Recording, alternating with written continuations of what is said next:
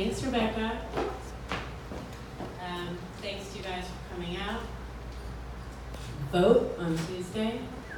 I did have an acid flashback when I walked in here to the last time I was at an event here was Valentine's Day 2008 for a Found magazine event, and I was like seriously clinically depressed, and I remember it was snowing outside and I was like tucked into the corner reading New York Review of Books, looking for a husband who I ended up finding 2 months later. Which leads me to this. I don't want the diamonds anymore. Okay, so the month that I find out my dad has leukemia, my husband moves out of our house. He moves into an Airstream, which is parked on Bedford Avenue in McCarran Park in Williamsburg, where we live. And when I leave for work in the morning, I can see him. He's sitting in a folding chair on the sidewalk. He's having his cup of coffee, or he's sweeping up the curb, kind of keeping his area around the Airstream nice and clean. And at night, when I go home, my kids cry. They say, "Where's Daddy? Why is Daddy living in that house on wheels?" But I just shrug. I don't know what to say. The truth is, I can't say anything to them because the answer is not appropriate to their 2- and 5-year-old ears. I actually can't say anything to anyone. No one can know that my husband is not living in my house anymore. I am a wedding guru. That is my job. That's how I make my money. I design and sell wedding dresses. I design and sell engagement rings. I am the executive weddings editor at a design magazine, and I have a column in one of the world's biggest fashion magazines all about love and marriage. I even have a book coming out in a couple months. It's called Love, Lust, and Weddings for the Wild at Heart. I have an Instagram account devoted to proposal stories and engagement rings. Like, people literally will run up to me on the subway and they say, like, "Take a picture of my ring and put it on the Instagram account." There's 125,000 followers and 5,000 original engagement stories. So if anyone were to find out that my marriage is actually falling apart, my book deal and my business would totally be in peril. I keep it to myself. So the day we find out that my dad is going to need a stem cell transplant to treat his leukemia, there was a total solar eclipse. Do you guys remember this? It's August 2017. It's this once-in-a-lifetime event, and I leave the hospital, I go home, I grab both of my kids from camp, and we walk down to the playground on Huron Street in Greenpoint, just in time to see the moon slide over the sun. The entire neighborhood is bright and psychedelic and glowing, and all of a sudden this flashbulb goes off, and I think, who gives a fuck about weddings? I'm gonna save my dad's life. Right away, my dad leaves Chicago, where he lives with my mom, and he moves to New York to begin chemo. He moves into my sister's apartment. She lives in Chelsea.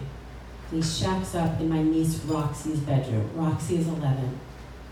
Her walls are papered with butterflies. She's got a hamster named Skittles and a little pink princess bed. It's about 3 feet long. My dad is 6'6". When he lies in the bed, his feet dangle over the edge.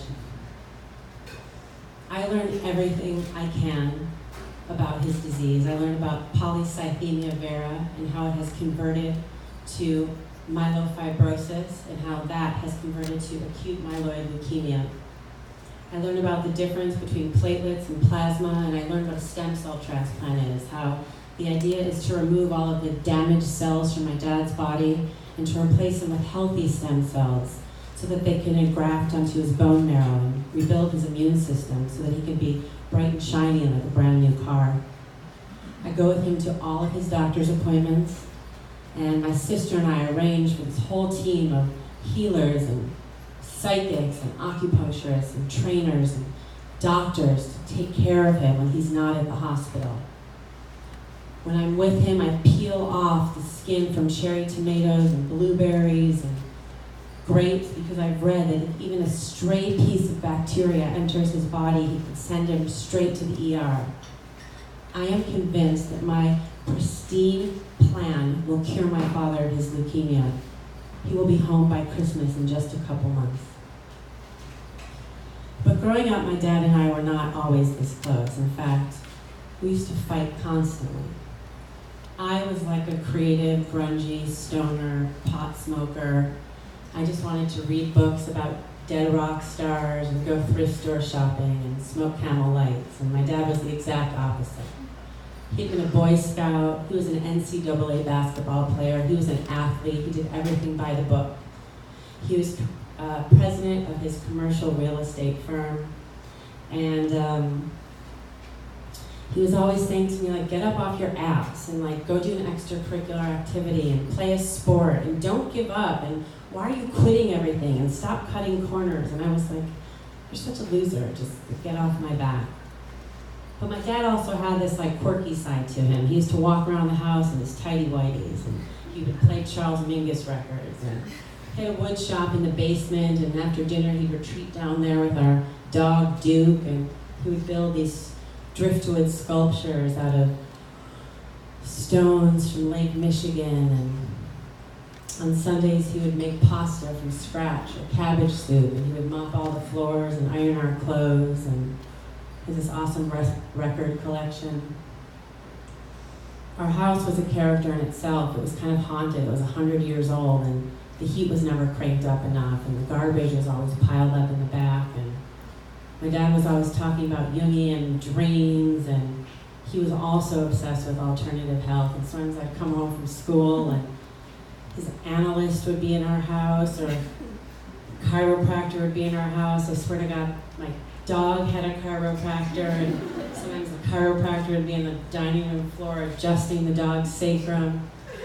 Once in 4th grade, I came home from school, and my dad goes, Molly, is that you? And I was like, why are you home so early? And he's like, come upstairs. I walk into his bedroom. He's lying on his bed in the tighty whities, and there's like some cream on his legs. And I'm like, what's going on? He's like, hey, I just got my vasectomy today. And he pulls this like jar off the nightstand with some like liquid in it and these like squiggles. He's like, see, this is what they removed. I mean, I was always like, come on, why can't we be like Ramona Quimby's family or like the Sweet Valley High twins? Like, can't everyone fucking put their clothes on and shut the doors and stop talking about their feelings? And, you know, can't we just be normal? The second I could, I moved to New York City. I was going to start over and do it differently. I got a job at a teen magazine. My business card was bright pink. This was the era of Britney Spears and Bring It On and Mandy Moore. I moved into a luxury high-rise in Tribeca. My cubicle mate came into work one day. She had this big diamond on her finger, and I was like, what is that?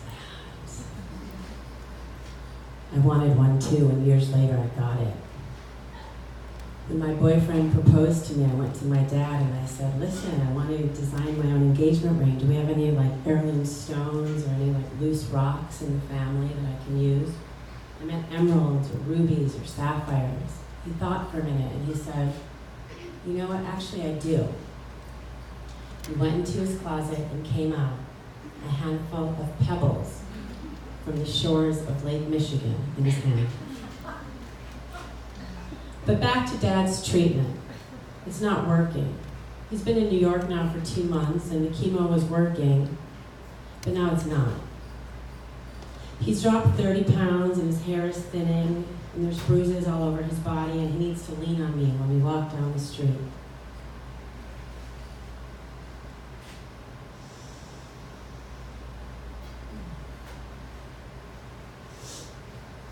One night, he wakes up from Roxy's bed to open the window, and he falls back on the floor.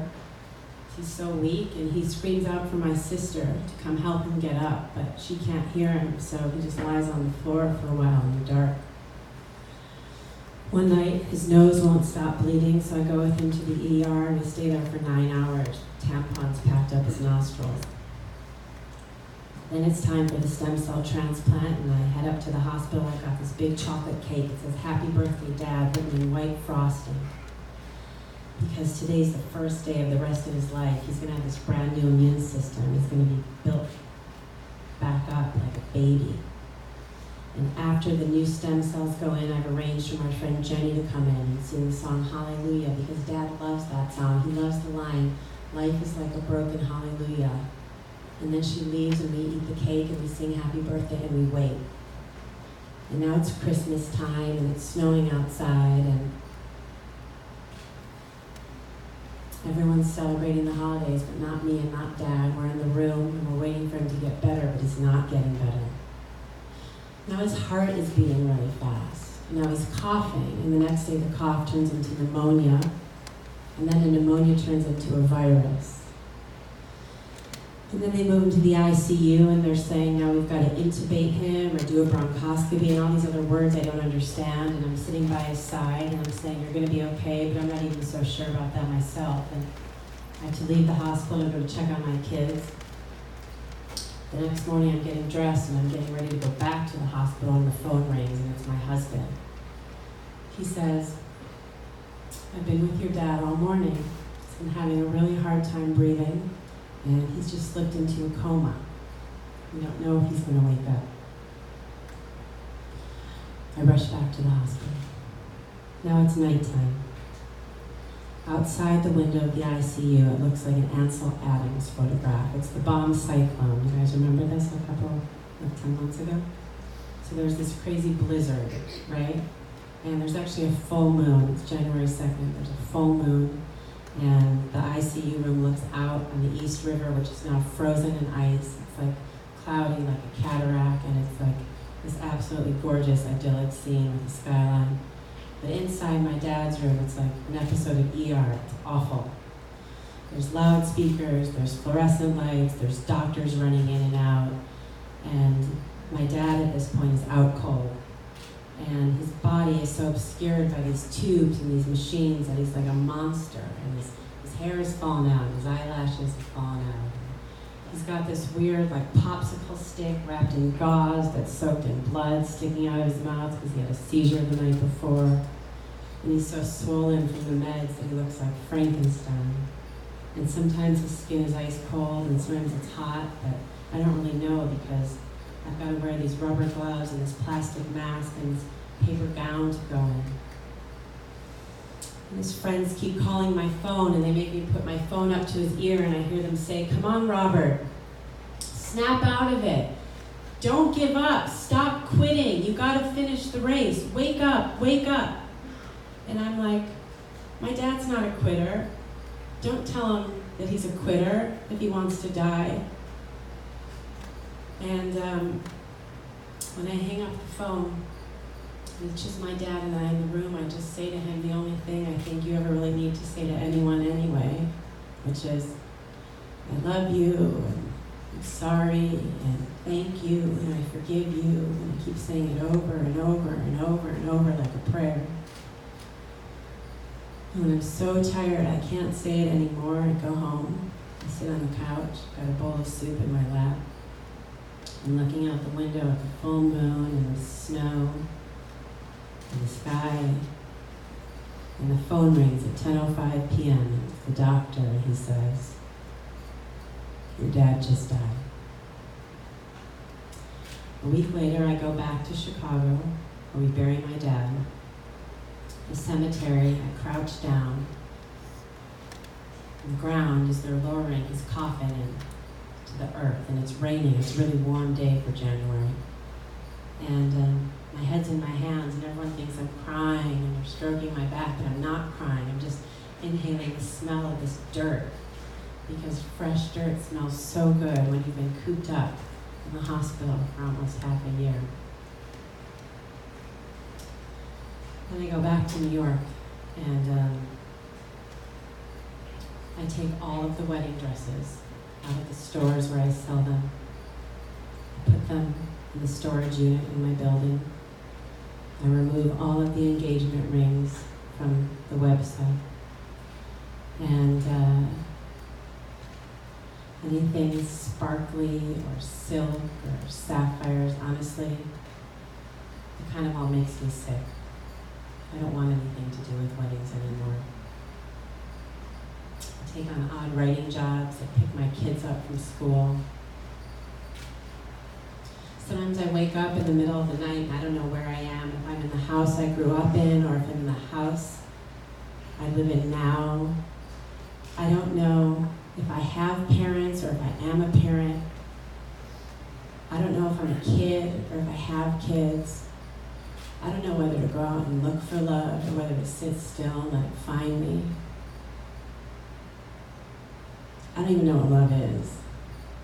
And I'm pretty sure after this past year that love doesn't look like proposal stories and precious gems and the promise of happily ever after. That it's more of a feeling in your body. It's like flesh and blood and bone marrow. That you can't wear it or buy it. And that it's big, it's bigger than God.